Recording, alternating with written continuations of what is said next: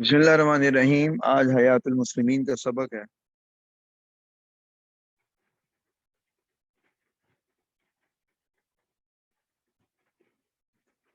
روح پنجم، اعتقاد تقدیر و عمل توکل، یعنی تقدیر پر یقین لانا اور خدا تعالیٰ پر بھروسہ رکھنا۔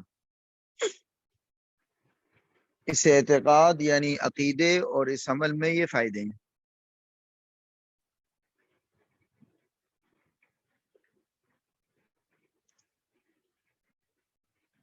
نمبر 1، الف، کیسی ہی مصیبت یا پریشانی کا واقعہ ہو اس سے دل مضبوط رہے گا اگر اللہ پر یقین ہوگا، توکل ہوگا۔ یہ سمجھے گا کہ اللہ تعالیٰ کو یہی منظور تھا، اس کے خلاف ہو نہیں سکتا تھا، اور وہ جب چاہے گا اس کو دفع کر دے گا، یعنی دور کر دے گا۔ دفع عربی کا لفظ ہے، دور کر دے گا۔ بے، جب یہ سمجھ گیا تو اگر اس مصیبت کے دور ہونے میں دیر بھی لگے گی تو پریشان اور مایوس اور دل کمزور نہیں ہوگا۔ جیم،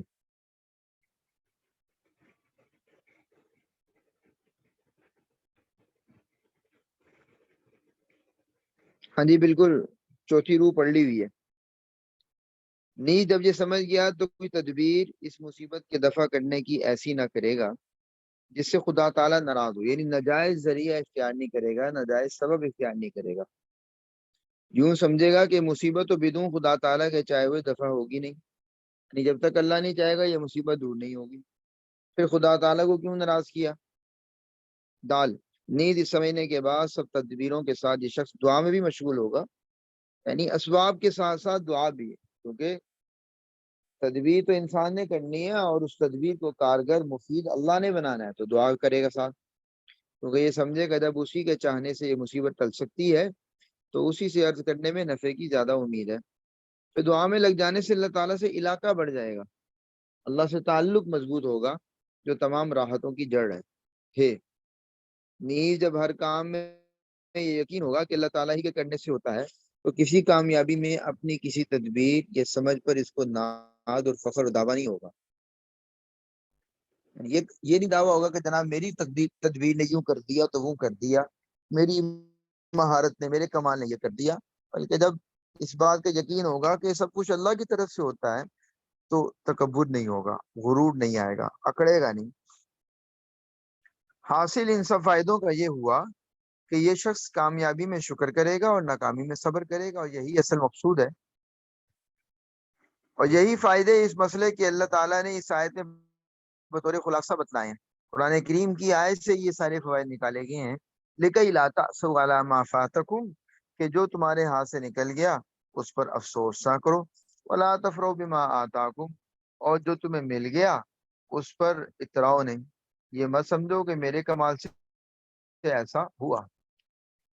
اور اس مسئلے کا یہ مطلب نہیں کہ تقدیر کا بہانہ کر کے شریعت کے موافق ضروری تدبیر کو بھی چھوڑ دے، یعنی ہاتھ پہ ہاتھ رکھ کے بیٹھ جائے کہ جو میری تقدیر میں لکھا ہوگا وہی ہوگا، یہ مطلب نہیں ہے، بلکہ شریعت یہ چاہتی ہے کہ انسان تدبیر کرے، بلکہ یہ شخص تو کمزور تدبیر کو بھی نہ چھوڑے گا اور اس میں بھی امید رکھے گا کہ خدا تعالیٰ اس میں بھی اثر دے سکتا ہے، معمولی سے معمولی تدبیر بھی کرے، اس لیے کبھی ہمت نہ ہارے گا۔ جیسے بعض لوگوں کو یہ غلطی ہو جاتی ہے، اور دین تو بڑی چیز ہے، دنیا کے ضروری کاموں میں بھی ایسی کم ہمتی کی برائی حدیث میں آئی ہے، یعنی دینی کام نہیں، دنیاوی کام میں بھی ایسی کم ہمتی کو نبی اکرم صلی اللہ علیہ وسلم نے مذموم بیان کیا ہے۔ چنانچہ حطب بن مالک نے روایت کیا ہے کہ نبی صلی اللہ علیہ وسلم نے ایک مقدمے کا فیصلہ فرمایا تو ہارنے والا کہنے لگا حسبی اللہ و نعم الوکیل، مطلب یہ کہ خدا کی مرضی میری قسمت۔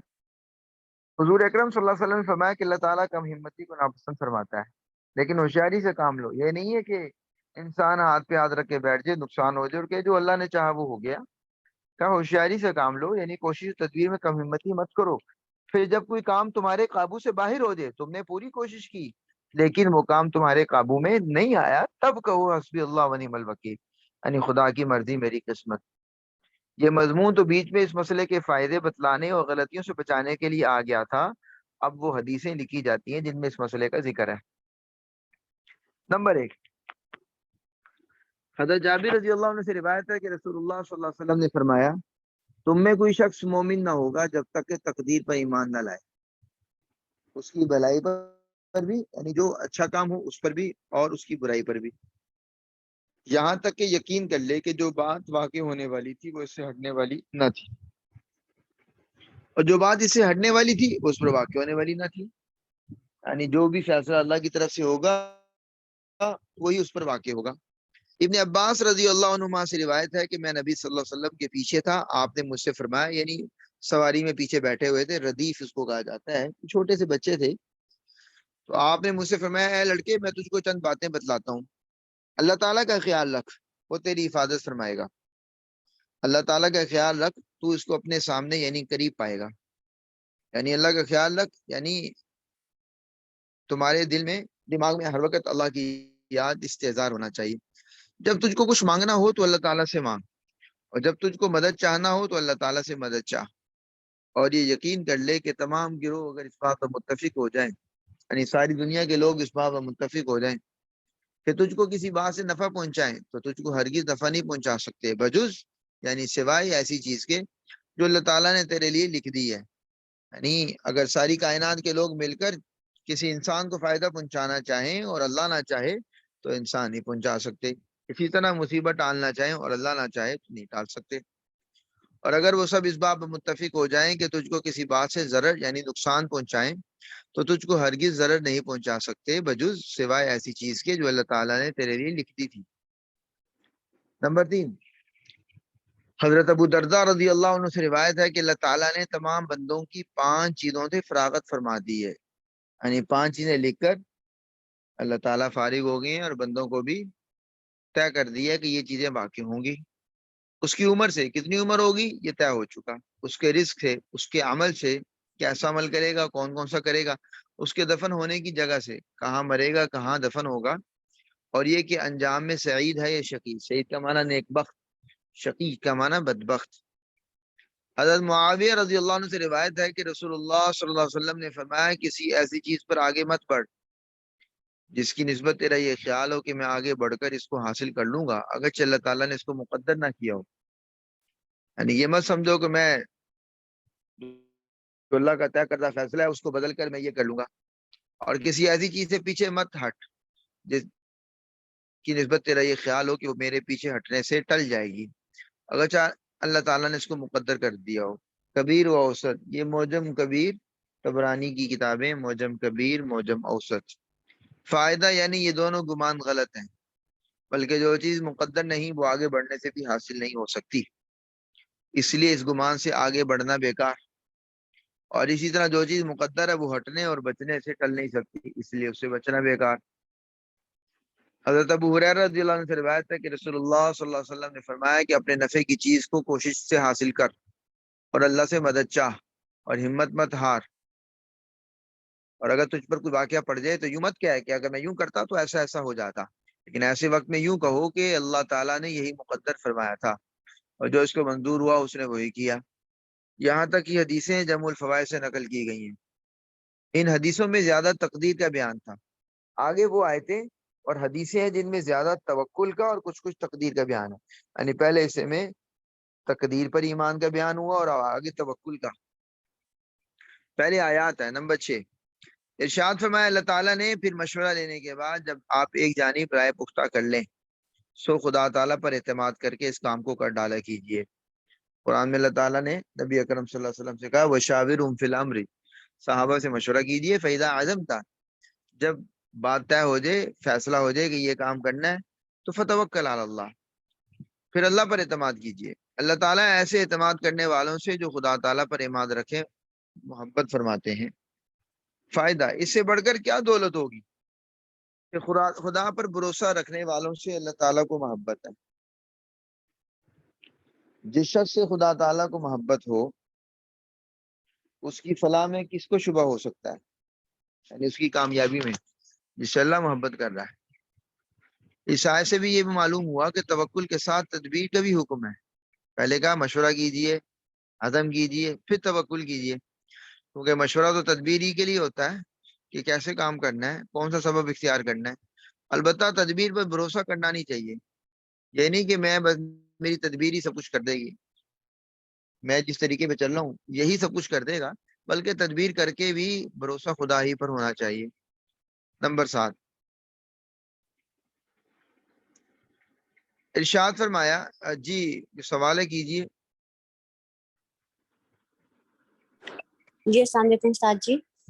وعلیکم استاد جی السلام۔ سوال یہ کرنا تھا کہ جو پیچھے جو 5 کنجیوں والی جو بات ہے حدیث گزری ابو دردہ والی نمبر 3 پوائنٹ پر، اس میں جو ہے نا عمل کے بارے میں، تو اس میں یعنی انسان کس حد تک مکلف ہے؟ تھوڑا سا اس کو بھی ایکسپلین کر دیں کہ اگر اللہ نے پہلے سے ہی مقرر کیا ہوا ہے تو پھر اس چیز کو کیسے ایکسپلین کریں گے، اور ہمارا عمل اور کوشش اور نیت کس حد تک میٹر کرتی ہے اور وہ کیسے اپلائی ہوگا؟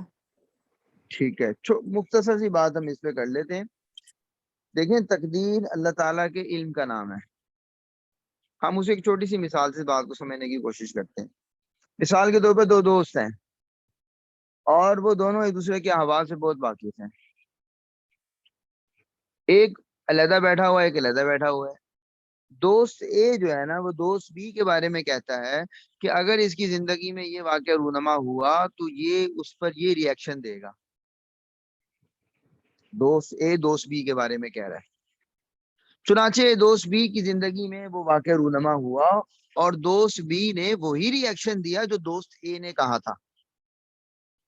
مجھے یہ بتائیے کہ دوست اے کے کہنے کی وجہ سے دوست بی نے یہ ری ایکشن دیا یا اپنے اختیار سے دیا؟ ڈیفینیٹلی ہم کہیں گے کہ دوست بی کا یہ ری ایکشن خالص اس کے اختیار پر مبنی ہے، اس نے جو چاہا وہ کیا۔ دوست اے کے کہنے کی وجہ سے نہیں ہوا، حالانکہ دوست بی کو پتہ بھی نہیں ہے کہ دوست اے کیا کہہ رہا ہے۔ یہ بات سمجھیے۔ اب اسی کو ہم اپلائی کرتے ہیں اللہ تعالیٰ کے فیصلے پر۔ اللہ تعالیٰ کا علم ہے، اللہ کا علم کامل ہے۔ کامل کا مطلب یہ ہوتا ہے کہ اس میں کوئی اضافہ نہیں ہوتا۔ جیسے میرے اور آپ کا علم ہے کہ ہر لمحہ ہماری زندگی میں معلومات کا اضافہ ہو رہا ہوتا ہے۔ معلومات کے اضافے کا مطلب یہ ہے کہ دیکھیں ابھی بارش ہو رہی ہے اور ایک لمحے کے بعد بارش بند ہوگی، مجھے نہیں پتا تھا یہ اگلے لمحے بارش بند ہوگی، میری معلومات میں اضافہ ہوا۔ اللہ کا علم کامل ہے، قیامت کی صبح تک، اس کے بعد تک، ہمیشہ ہمیشہ تک، ابد الآباد تک، یعنی جس کو انسان انلمیٹڈ کہتا ہے، اس وقت تک بھی جو واقعات رونما ہونے ہیں وہ ساری تفصیلات اللہ کے علم میں ہیں۔ لیکن اللہ تعالیٰ نے ساتھ انسان کو اختیار دے رکھا ہے، کرنا انسان نے اپنے اختیار سے ہے، اور اللہ کے علم میں یہ بات ہے کہ کرے گا یہ یوں اور یوں۔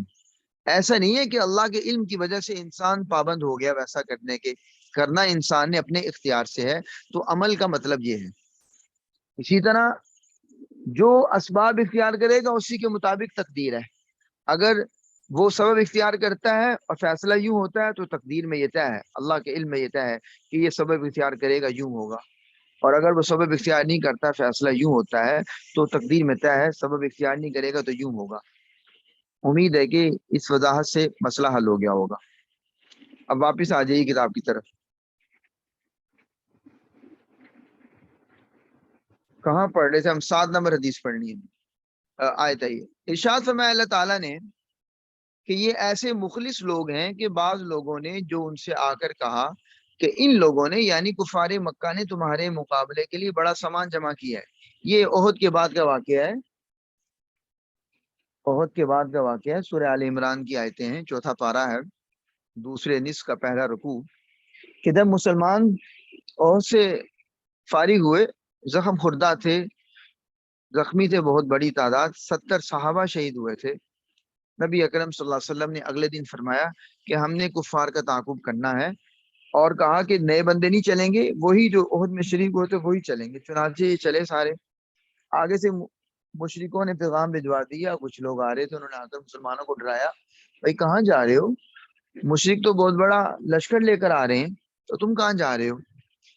تو بجائے اس کے کہ ان کے حوصلے پست ہوتے، ان کے حوصلے بڑھ گئے، اللہ پر ان کا ایمان بڑھ گیا، توکل بڑھ گیا۔ اللہ تعالیٰ نے اس کیفیت کو بیان کیا ہے کہ یہ ایسے مخلص لوگ ہیں کہ بعض لوگوں نے جو ان سے آ کر کہا کہ ان لوگوں نے یعنی کفار مکہ نے تمہارے مقابلے کے لیے بڑا سامان جمع کیا ہے، سو تم کو ان سے اندیشہ کرنا چاہیے، تم ڈرو ان سے۔ تو اس خبر نے ان کے جوش ایمان کو اور زیادہ کر دیا، اور نہایت استقلال سے یہ کہہ کر بات ختم کر دی کہ ہم کو حق تعالیٰ سب مہمات میں کافی ہے، ہم ہر مہم میں، ہر اہم کام میں اللہ پر بھروسہ کرتے ہیں اور وہی سب کام سپرد کرنے کے لیے اچھا ہے. نعم الوکیل، کہ وہی بہترین کارساز ہے کہ اسی کے سپرد سارے کام کیے جائیں. یہی سپرد کرنا توکل ہے، اسی کا نام توکل ہے. تو بنیادی طور پر اس لفظ سے استدلال ہے. بس یہ لوگ خدا تعالیٰ کی نعمت اور فضل سے یعنی ثواب اور نفع تجارت سے بھرے ہوئے واپس آئے.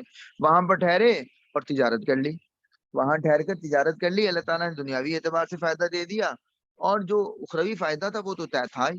تو توکل کا نتیجہ اللہ تعالیٰ نے فوری دکھا بھی دیا کہ اس توکل کے نتیجے میں فائدہ ہوا، اخروی اعتبار سے بھی دنیاوی اعتبار سے بھی. کہ ان کو کوئی ناگواری ذرا پیش نہیں آئی اور مشرکین ایسے گھبرائے کہ وہ واپس مڑ کے بھی نہ دیکھا انہوں نے اور گھبرائے ہوئے آگے چلتے گئے.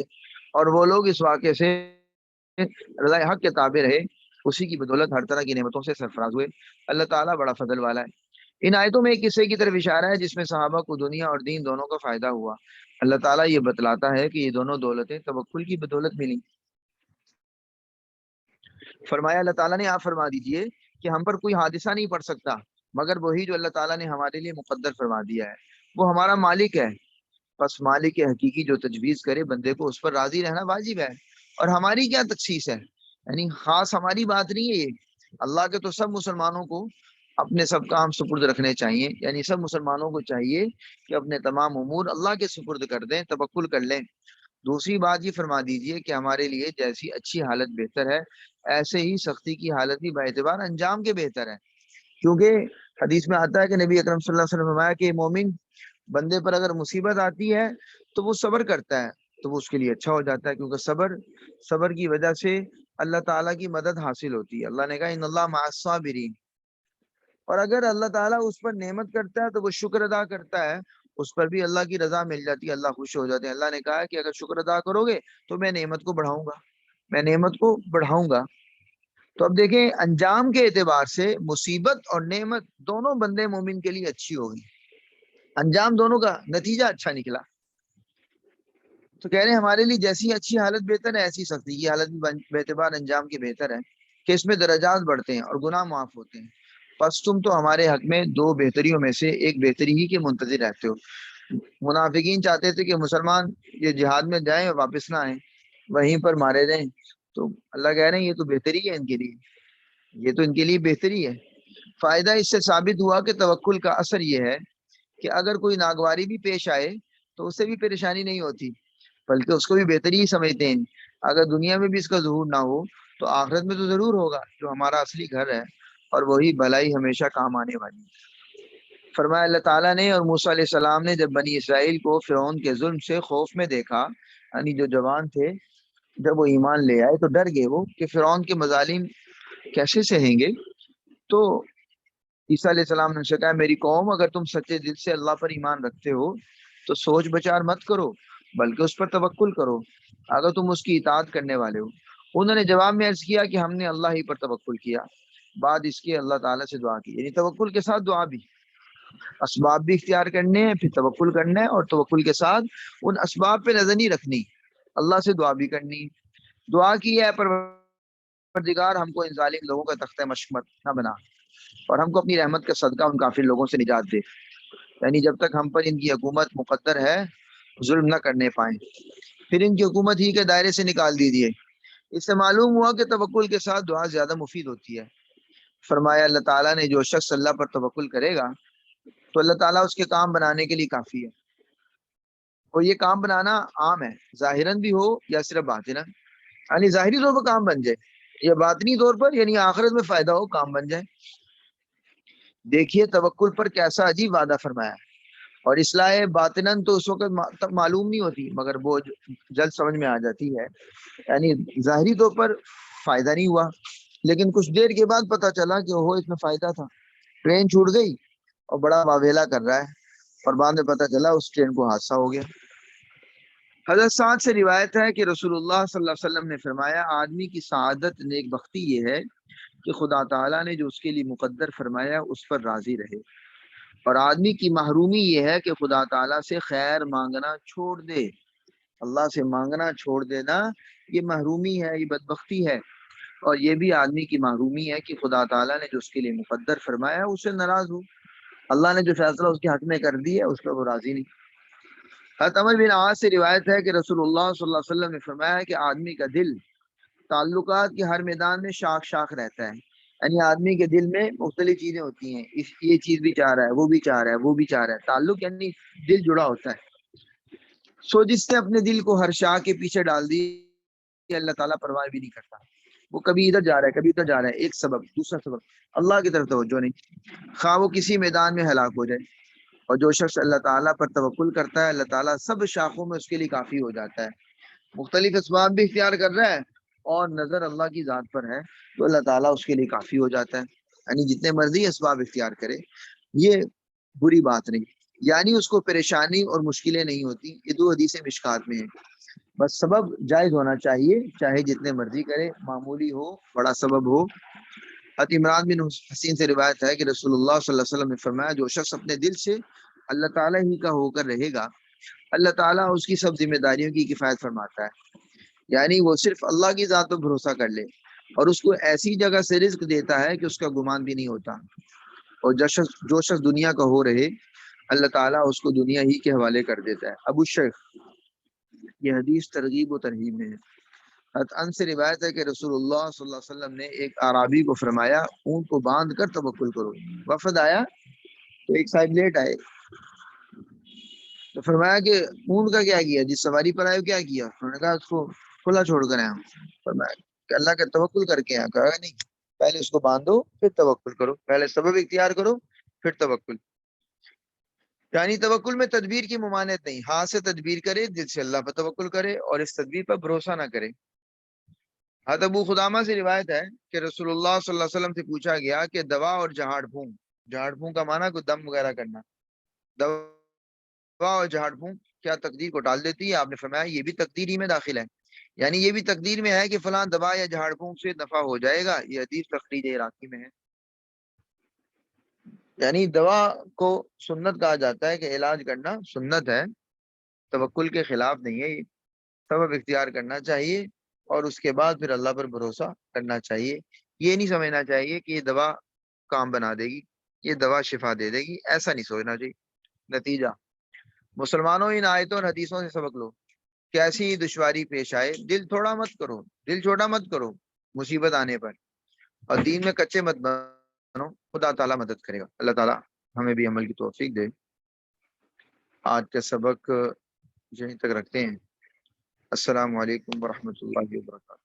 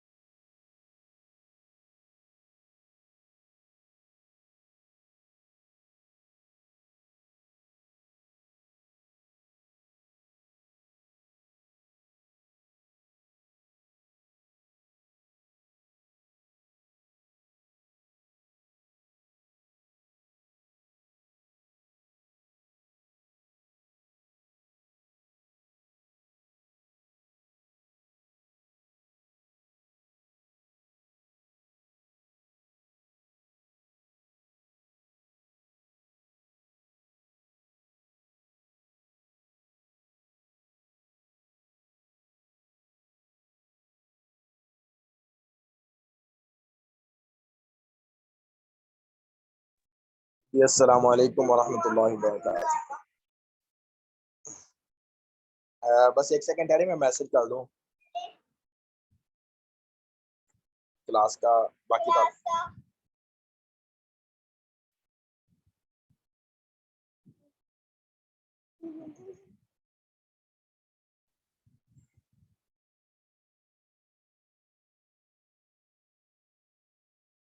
اب بولے گی ابھی بیٹا